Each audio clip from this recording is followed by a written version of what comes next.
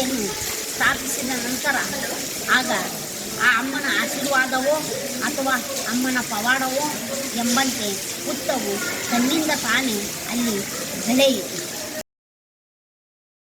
ಇಲ್ಲಿ ಸರ್ಪದ ಒಂದು ಮೂರ್ತಿಯೂ ಕೂಡ ಇದೆ.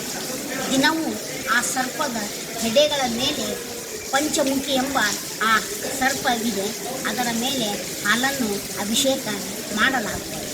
ಅಂದರೆ ನವದ್ವಾರಗಳು, ನವಚಕ್ರಗಳು. ನವಚಕ್ರಗಳು ಅಂದರೆ ಆಧಾರ ಚಕ್ರ, ಸ್ವಾಧಿಷ್ಠಾನ ಚಕ್ರ, ಮಣಿಪುರ ಚಕ್ರ, ಅನಾಥ ಚಕ್ರ, ವಿಶುದ್ಧ ಚಕ್ರ, ಆಜ್ಞಾಚಕ್ರ ಹಾಗೂ ಸಹಸ್ರಾರ ಚಕ್ರ. ಇವೆಲ್ಲ ಜೀವಮಾನವರಲ್ಲಿ ಇವು ಚಕ್ರಗಳಿಂದಲೇ ಎಲ್ಲ ಚೇತನಾಶಕ್ತಿ ನಡೆದುಕೊಂಡು ಹೋಗುತ್ತವೆ. ಅದರಂತೆ ಆ ಪಂಚಮುಖಿ ಸರ್ಪವೆಂದರೆ ನಮ್ಮ ಶರೀರದ ಬೆನ್ನು ಮೂಳೆಯೇ ಆ ಸರ್ಪ.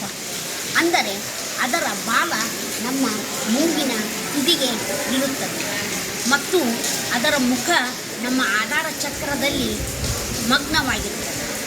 ನಾವು ಎಷ್ಟು ಧ್ಯಾನವನ್ನು ಮಾಡುವೆವು, ನಮ್ಮ ಭಕ್ತಿ ಶ್ರದ್ಧಾ ಆ ತಾಯಿಯ ಪಾದದಲ್ಲಿ ನಾವು ಎಷ್ಟೊಂದು ಮಣಿಯುತ್ತೇವೋ, ನಮ್ಮ ಸಾತ್ವಿಕ ಗುಣದ ಭಾವದಿಂದ ಅದು ಅಗ್ನಿಯಾಗಿ ಧ್ಯಾನಿಸುತ್ತಾ ಹೋದರೆ ಅಗ್ನಿಯಾಗಿ ಮೂಗಿನ ತುದಿಯಲ್ಲಿ ಅದು ಆಗ ಅಗ್ನಿ ಅಲ್ಲಿ ಪುಟಿದೇಳುವುದು.